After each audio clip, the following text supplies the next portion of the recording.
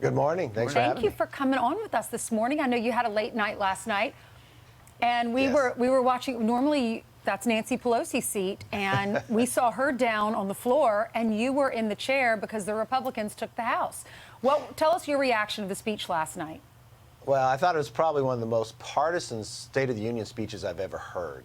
It was an honor to be able to sit there, but it was like having a very good seat at a bad sporting event.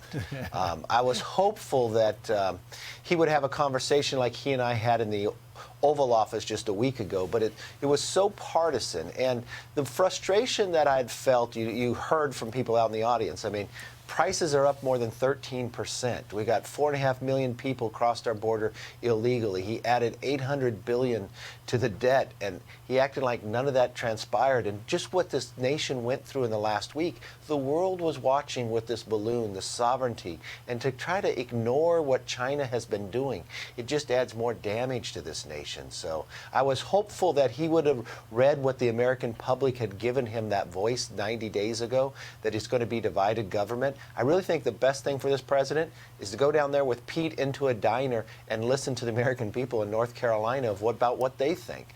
You know, using your ears probably help you a little more than what I was hearing come out of his mouth last night.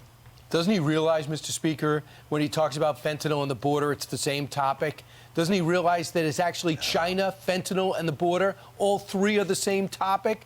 When you talk to him away from the cameras, when you are alone with him for an hour, do you think he realized the magnitude of what's going on there?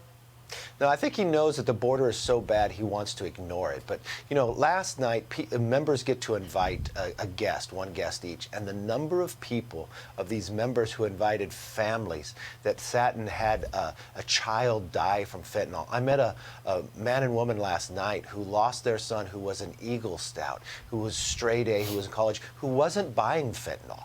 You know, it was laced with something else that he was just purchasing. And this is the problem, because they didn't come from the border. Every community is now a border community. Fentanyl is now across this nation. And where is it starting and coming from? China, through our border, killing the Americans between the ages of 18 and 45, your most productive years. Those are the years people serve in the military. Those are the people of working. I mean, it's destroying our nation. And I just watch him of what he talks about. The way to stop it is you go after China, and being weak last night, Cartels. didn't do anything, and actually securing this border. We do not have operational control of our border. And how much time? He never even mentioned the vice president who he put in charge of it last night. Right. What has she done about it? Sure. One of the biggest reactions of the night was when Joe Biden's speechwriters were hoping to bait the Republicans into a reaction. He got it. Republicans reacted. Here's when he's talking a little bit about what Rick Scott put out there a while back. Watch. So some of my Republican friends want to take the economy hostage. I get it, unless I agree to their economic plans. All of you at home should know what those plans are. Instead of making the wealthy pay their fair share, some Republicans want Medicare and Social Security to sunset. I'm not saying it's a majority. Let me give you, anybody who doubts it, contact my office. I'll give you a copy. I'll give you a copy of the proposal. That means Congress doesn't vote. Well, I'm glad to see you. And I tell you, I enjoy conversion. Mr. Speaker, this morning we understand from our White House correspondent, apparently the White House comms team is delighted at the reaction because it looked like Joe Biden was standing up to the Republicans. Lee Carter was with us. She worked the dials and said independents were turned off by all of the heckling. At one point, it looked like you were trying to shush your side of the aisle. What happened? Well, the president was trying to goat the members, and the members are passionate about it. But the one thing the president was saying is something that he knew was not true. I just spent an hour with him. I've said it many times before. Social Security and Medicare are off the table. He tries to use that for a political ploy. But the one thing we need to be smart. He's trying to play politics with the debt ceiling by not negotiating, by lying about our position. I want to be responsible. I want to be sensible. I want to sit down and work through this problem. Because, look, the Democrats raised the highest debt ceiling ever, and they blew through it in the shortest amount of time, and now they wanted to come right back to it. We need to be smart. Don't take the bait. Stay with the American public about what we want to do. Right. Curve this runaway spending that the president has been spending so much. The Democrats increased discretionary spending by 30%. There's a lot of place that we could have savings to make government more accountable and actually put us on a path to balance. There are a lot of people that did like that back and forth, though, because what he was saying wasn't truthful. The Republicans aren't going to take away Social Security, aren't going to take away Medicare. You ask any of them, and they all say the same thing. So it was nice to see them be able to stand up for themselves. I want them to respect the president, but I also like they stood up for themselves. And then in the end, everyone agreed. The president said, "Oh, so you are on my side. So okay, we're not going to get rid of it." So it allowed the American people to say to see the untruth and then to see the resolution. Sarah Huckabee Sanders did a beautiful job with the rebuttal. Wasn't she? She was great. Let's play a little soundbite and then get your reaction on the other side. In the radical left's America, Washington taxes you and lights your hard-earned money on fire. But you get crushed with high gas prices, empty grocery shelves, and our children are taught to hate one another on account of their race, but not to love one another or our great country. Whether Joe Biden believes this madness or is simply too weak to resist it, his administration has been completely hijacked by the radical left. The dividing line in America is no longer between right or left. The choice is between normal or crazy. It's time for a new generation of Republican leadership. She used normal or crazy a few times. I think 3 times she used the word crazy, which will be interesting if Republicans use that going forward in campaigns. What's your reaction to her speech?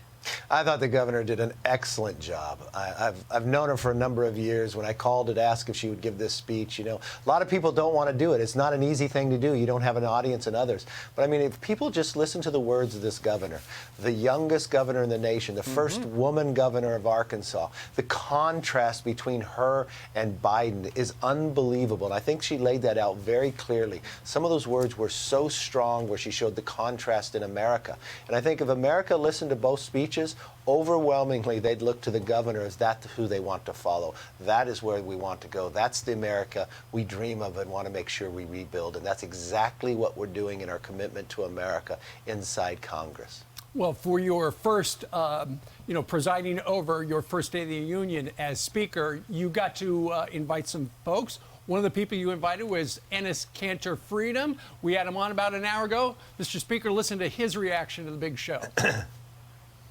I had the best seat.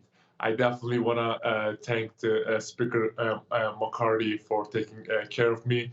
We actually had an amazing conversation right before the whole speech, and it was definitely an eye-opening for me. And you know, it was an amazing experience that I see all this, President Biden and his cabinet and also everyone else was just there to talk about America. And what can we do to make America better? He loved it. Well, he loves this country. He understands freedom.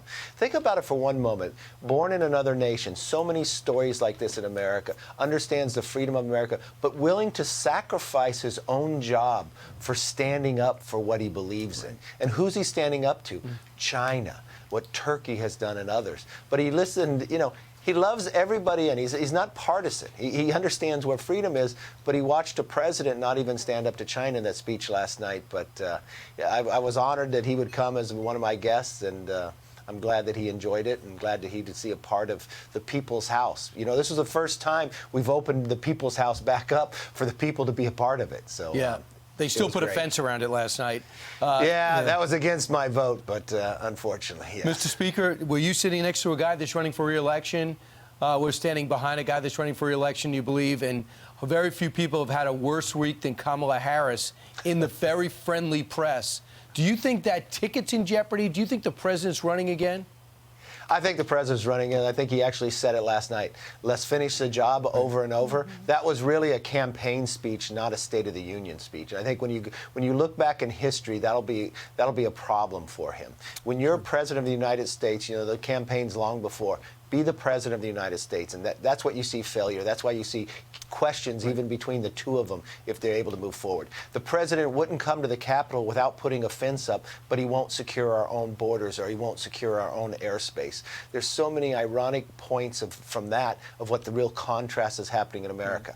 The people, just when they're making breakfast, they question whether they can afford to do the eggs this time. So, I mean, it's a different America than what he conveyed, and he's going to have a really tough time getting reelected. The majority of his party doesn't want him to run.